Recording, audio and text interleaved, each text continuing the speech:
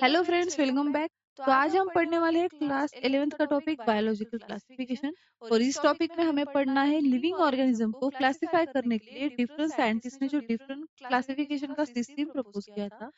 अब यहाँ पे क्लासिफिकेशन की जरूरत क्यों पड़ी, लिविंग ऑर्गेनिज्म को क्लासिफिकेशन यहाँ पे क्यों किया, उनको क्लासिफाई इसलिए किया क्योंकि उनकी जो इंफॉर्मेशन है, अब इतनी डाइवर्सिटी है अर्थ पे लिविंग ऑर्गेनिज्म की, उसमें प्लांट्स अलग है, एनिमल्स अलग है।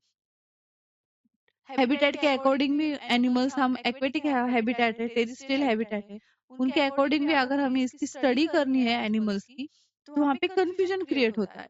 तो वो कंफ्यूजन क्रिएट ना हो इसलिए यहाँ पे क्लासिफिकेशन की जरूरत पड़ी। जो फर्स्ट टाइम क्लासिफिकेशन दिया था, it was done instinctively, not using criteria. यहाँ पे कोई क्राइटेरिया यूज नहीं किया था, साइंटिफिक क्लासिफिकेशन नहीं था, वो स्वाभाविक रूप से किया गया था। और वहां पे जो बेसिस था क्लासिफिकेशन का, वो था use, need to use organism for our own use. वहां पे यूज में फूड, शेल्टर एंड क्लॉथिंग, जो हमारी बेसिक नीड है, हम प्लांट्स को एज अ फूड, शेल्टर या क्लॉथिंग के लिए यूज कर सकते हैं, एनिमल्स को ट्रांसपोर्टेशन के यूज कर सकते हैं।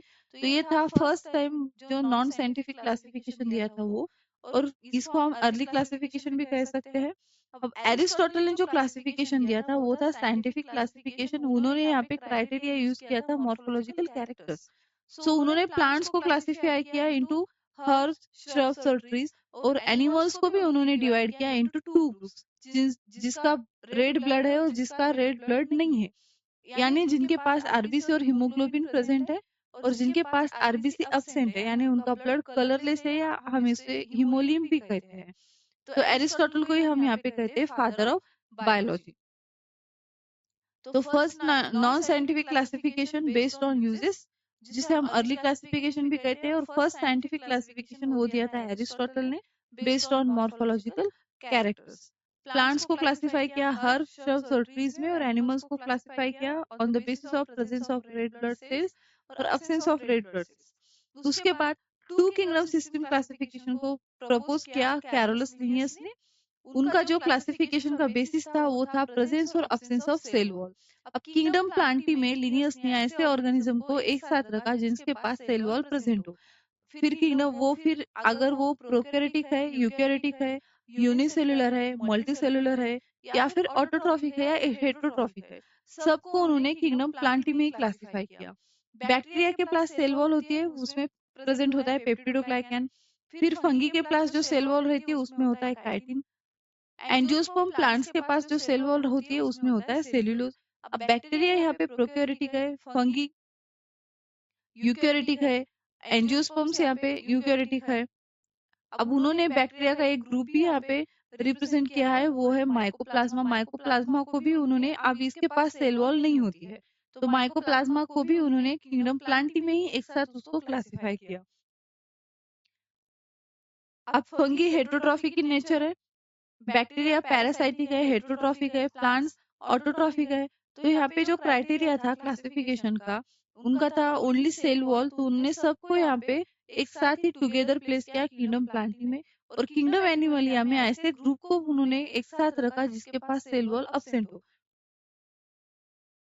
सो प्रोटोजोआ, पोरीफेरा, कॉर्डेट्स और अर्थ्रोपॉड्स को उन्होंने किंगडम एनिमलिया में क्लासिफाई किया। लेकिन इनकी जो सिस्टम थी वो इंफॉर्मेशन, इनएडिक्वेट इंफॉर्मेशन इनके सिस्टम की वजह से मिलती थी। तो यहाँ पे इसका जो डीमेरिट्स है, उन्होंने प्रोकैरियोटिक और यूकैरियोटिक को एक साथ रखा है। यूनिसेलुलर और मल्टीसेलुलर ऑर्गेनिज्म को भी उन्होंने एक साथ क्लासिफाई किया। ऑटोट्रॉफ्स, हेटेरोट्रॉफ्स, लाइकेंस और माइकोप्लाज्मा। अब लाइकेंस में एसोसिएशन होता है अलगी और फंगी का, इनको दोनों को मिला के उन्होंने एक नया ग्रुप रिप्रेजेंट किया, वो था लाइकेंस। उसको भी उन्होंने किंगडम प्लांटी में ही रखा है। तो ये जो क्लासिफिकेशन का क्राइटेरिया है, प्रोकैरियोटिक, यूकैरियोटिक, यूनिसेलुलर, मल्टीसेलुलर, ये जो मोड ऑफ न्यूट्रिशन है, ऑटोट्रॉफ्स, हेटेरोट्रॉफ्स, इन्होंने ये कंसीडर नहीं किया। इसलिए ये जो टू किंगडम सिस्टम क्लासिफिकेशन है, वो एक इनएडिक्वेट इंफॉर्मेशन प्रोवाइड करता था। ओवर द टाइम यहाँ पे क्लासिफिकेशन की और ज्यादा जरूरत यहाँ पे जरूरत थी। तो आर.एच. विटेकर ने, रॉबर्ट हार्डिंग विटेकर ने यहाँ पे 5 किंगडम सिस्टम क्लासिफिकेशन को प्रपोज किया। Two kingdom classification used for a long time was found inadequate. Besides gross morphology, a need was also felt for including other characteristics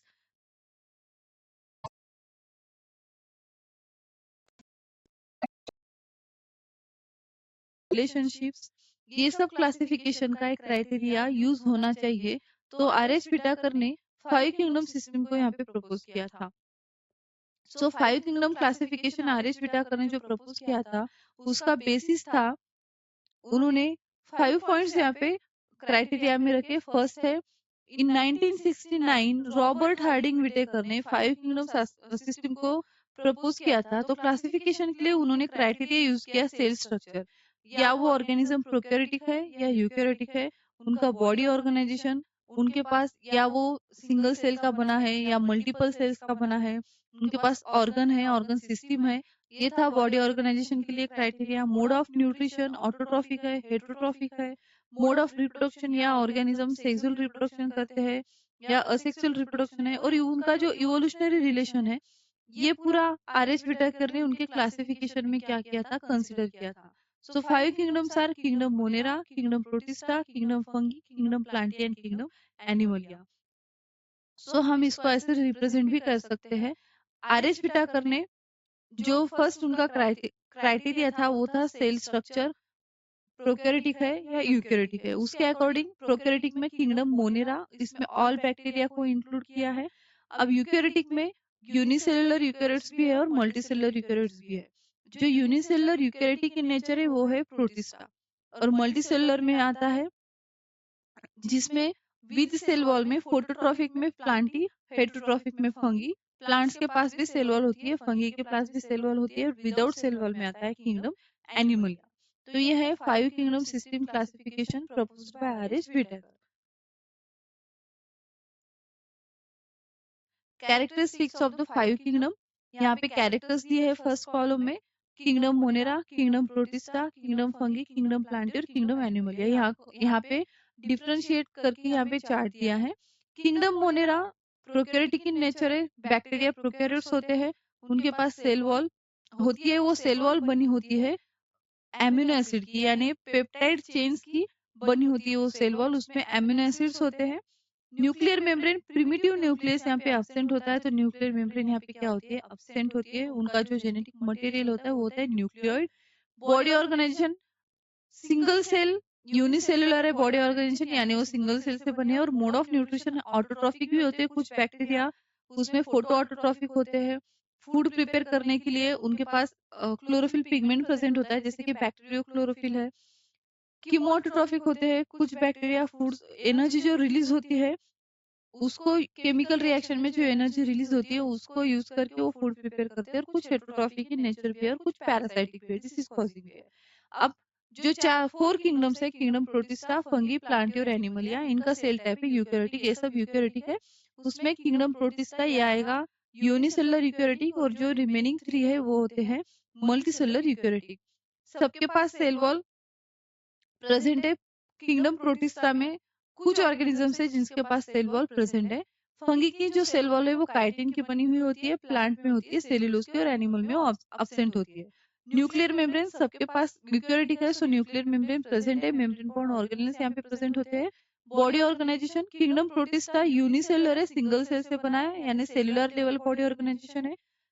अब fungi में loose tissue present होते हैं, सो इसका body organisation आता है multicellular, group of sales यहाँ पे present होते हैं।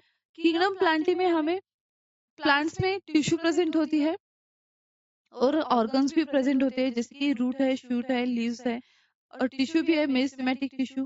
और किंगडम एनिमलिया हमारे पास टिश्यू भी है, हमारे पास सेल भी है, टिश्यू भी है, ऑर्गन्स भी है, ऑर्गन सिस्टम भी है, जैसे कि excretory system, reproductive system, respiratory system, circulatory system.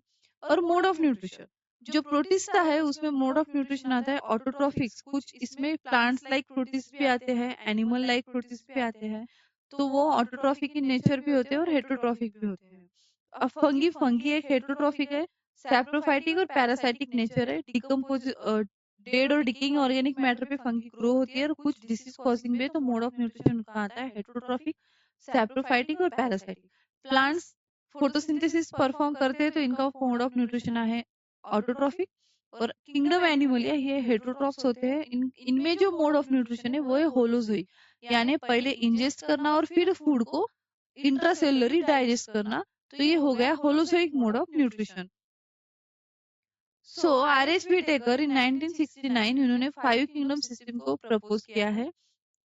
The kingdom defined by him were named Monera, Protista, Fungi, Plantae and Animalia. यहाँ पे क्राइटेरिया भी दिया है क्लासिफिकेशन का। सो ये हो गया अबाउट आरएच व्हिटेकर का जो 5 किंगडम सिस्टम क्लासिफिकेशन था।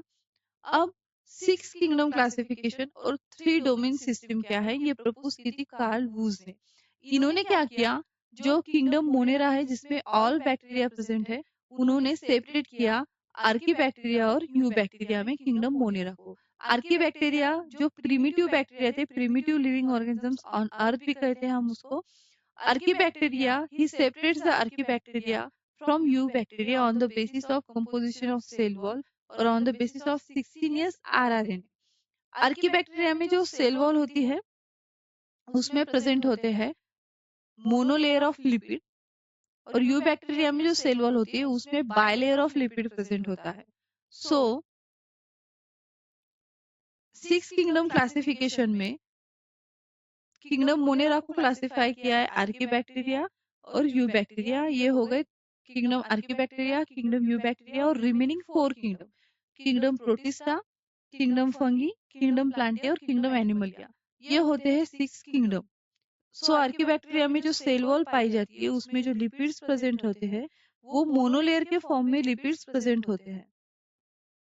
सो ये कुछ पॉइंट्स है जो आर्कीबैक्टीरिया को यू बैक्टीरिया से डिफरेंशिएट करते हैं।